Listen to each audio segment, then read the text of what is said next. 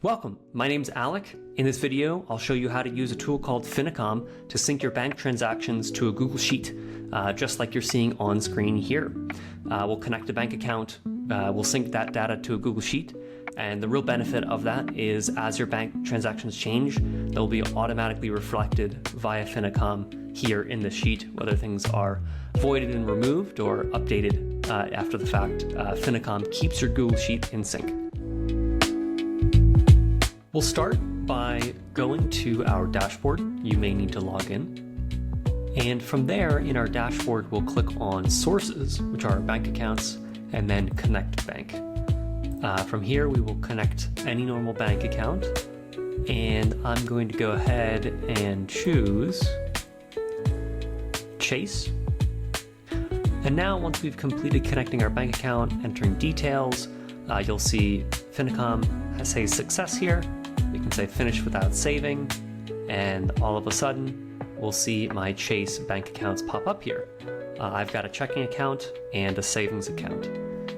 From there, now that we have our bank connected to Finicom, we'll go to Destinations, which is a sync outward of Finicom, and click Add Destination, and we'll want to choose Google Sheets here.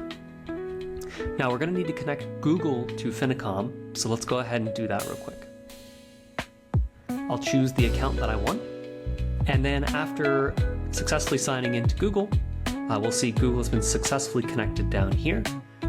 We can go ahead and choose that Google account that we've just created. We can name our destination something. I'll just call this Demo. And then we can choose which bank account that we want to sync transactions from. In this case, I'll choose checking. And we'll be able to choose which spreadsheet we actually want to sync to. In this case, I've gone ahead and created a quick demo sheet here. You can see we have no information in it, just a small header where we'll sync data to. We can choose which sheet we actually want to sync to. In this case, I only have one single sheet in my Google Sheet, and so I will choose Sheet 1. And last but not least, if you want to, and we recommend this, Finicom can keep your sheets sorted by transaction creation time soonest first. Without this, your transactions may get out of order as we sync, so we're going to go ahead and keep that enabled. Once we go ahead and click Create here, we'll be redirected to that new destination. We'll see some information about it, and Finicom is now instantly syncing and seeing your transactions in the background right now. If we wanted to, we could go ahead and make some edits to this destination a while. We could rename it. We could change which account we want. We could change which sheet we want. We could also filter as well, which is an advanced feature. So I could say I only want, for example, transactions that happened after May 1st. This is really useful if you only want transactions maybe for a specific month or a specific year, or maybe you only want transactions of a specific category, or maybe only transactions over a certain amount, for example. And if we hop back into our other sheet here, you can see Finicom has started to sync. We have a series of transactions here right now. Looks like we've gotten now maybe 19 from our bank account. There's a bunch of data here. So we have a few things.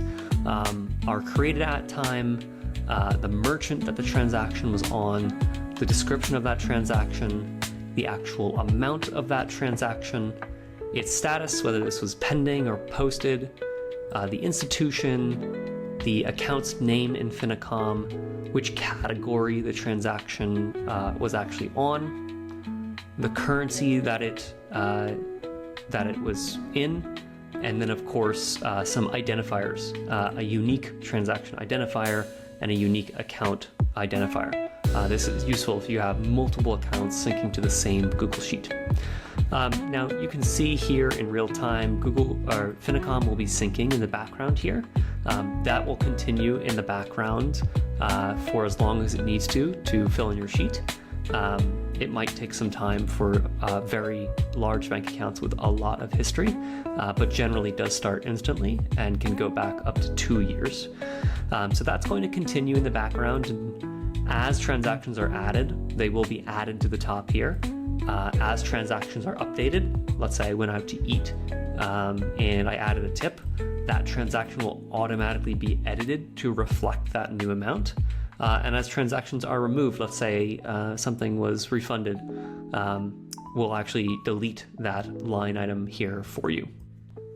Of course, with all of this, I can reference this normally, like you would expect in a given Google Sheet here. So for example, I can go ahead and sum all this data here to see, what was the total amount of my spending.